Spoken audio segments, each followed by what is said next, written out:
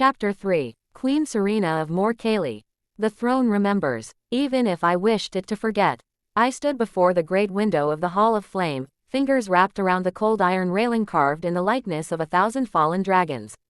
The glass was red, as it had always been, stained by the blood of the last true Wyrm, whose death bought this palace its crown. Beyond the mountains, the mists of Windmere stirred like restless ghosts. And somewhere in that city, a fire had been lit without my permission. That was not supposed to happen again. Not after what we'd done. Not after what I did. The first time I held flame in my hands, I was 7. It was my brother's throat I burned. Not out of rage, but fear. He had reached for the dagger our mother kept hidden in the folds of her gown. He was going to end me before my gift bloomed. That was the rule among the Flameborn. Whoever lit first lived.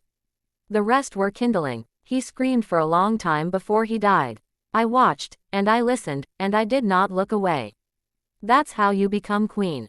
Not through birthright, through fire. But even I was born long after the sundering. They call it a myth now. A tragedy blurred by time. But I've seen the bones. I've walked the ruin. Once, dragons flew over every corner of More Caley. Great beasts carved from sky and storm. They were not mounts. They were not pets. They were kin, the other half of the magic that shaped our world. The old bloodlines were bound to them, the Flameborn, the Starcasters, the Holotongs. We were born with fire, yes. But they were born with purpose. And then they vanished. Some say they burned themselves out. Others say they fled to the edge of the world, wounded by the greed of kings and the hunger of mortals. But my mother knew the truth. She told me the story when I was small, her voice trembling even then. One dragon remained, Astrixarth, the world breaker, the last and greatest of the ancient line. He was bonded to a boy, a commoner, untested, unblooded, unworthy. And that boy turned against us all. They say the sky split. That the sun refused to rise for 7 days. That the cities of glass burned until they melted into rivers of silver. The boy with the fire heart. The dragon with no master. The end of the first age. My ancestors destroyed him. The bloodlines of old united, at great cost, to rip that monster from the sky.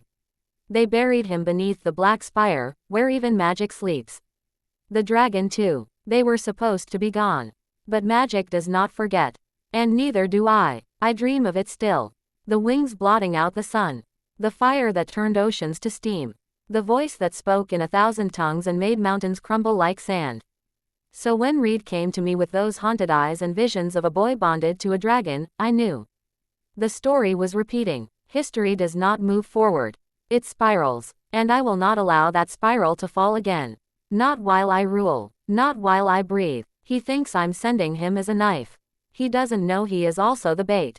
Because if the boy is truly the next firebearer, if the ancient magic has returned, then others will be drawn to him.